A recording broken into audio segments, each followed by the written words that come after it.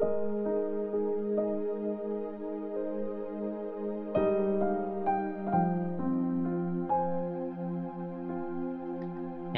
ശ്ലീഹ സ്വർഗത്തിൽ കണ്ട വലിയ അടയാളം.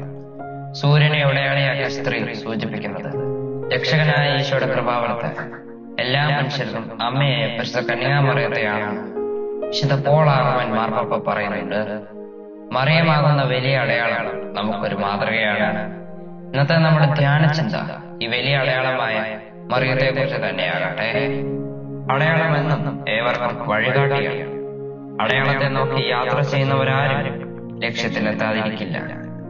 സ്വർഗത്തിന്റെ അടയാളങ്ങളിൽ നിന്ന് ലോകത്തിന്റെ ആശ്രയത്വങ്ങളിലേക്ക് വഴിമാറുമ്പോൾ ലക്ഷ്യം തെറ്റുമെന്ന് സുവിശേഷം തന്നെ സാക്ഷി നൽകുന്നുണ്ട്. ഈശോ അന്വേഷിച്ചിറങ്ങിയ ജ്ഞാനികൾ അതിനൊരു ദൃഷ്ടാന്തം. സ്വർഗത്തേക്ക് ഈശോയിലേക്ക് യാത്ര ചെയ്യാനുള്ള വലിയൊരു അടയാളമാണ് മാനവകുലത്തിന് മറിയം. അമലോത്ഭവയായ ദൈവമാതാവിന്റെ ശ്രേഷ്ഠമായ സദ്ഗുണങ്ങളിൽ നിന്ന് പുറപ്പെടുന്ന മാധുര്യവും ആകർഷണവും മിശിഹായിലേക്ക് നമ്മെ ആനയിക്കുന്നു. ഒരു മനുഷ്യ വ്യക്തി എന്ന നിലയിൽ ഈ ലോക ജീവിതത്തിൽ നാം രൂപപ്പെടുത്തേണ്ട നന്മയുടെ ഒരു ദൃഷ്ടാന്തമാണ് മറിയം. മിശിഹായുടെ ഏറ്റവും വിശ്വസ്തയായ പ്രതിരൂപമാണ് മറിയം.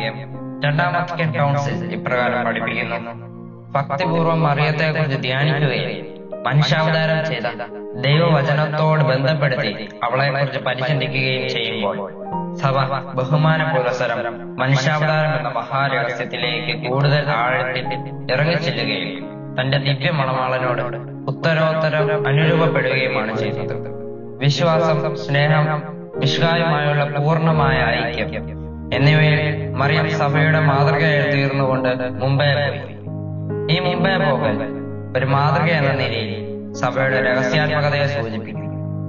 വലിയ അടയാളമായ മറിയത്തെ നമ്മുടെ വിശുദ്ധ മാതൃകയായി സ്വീകരിക്കുന്നതിൽ വിശുദ്ധ അൻസലേമിന്റെ പ്രാർത്ഥന നമുക്ക് ഒപ്പം ചേർക്കാം. ഓ മഹിമ നിറഞ്ഞ മഹതി, നിന്നിലൂടെ ഞങ്ങളിലേക്ക് അവരോഹണം ചെയ്യാൻ കഴിഞ്ഞ നിന്റെ പുത്രനായ മിശിഹായിലേക്ക് ആരോഹണം ചെയ്യാൻ നിന്നിലൂടെ ഞങ്ങൾ അർഹരാകുന്നതിന് കൃപ ചെയ്യണമേ. Ave Maria, gratia plena, Dominus tecum, benedicta tu in mulieribus, et benedictus fructus ventris tui, Iesus.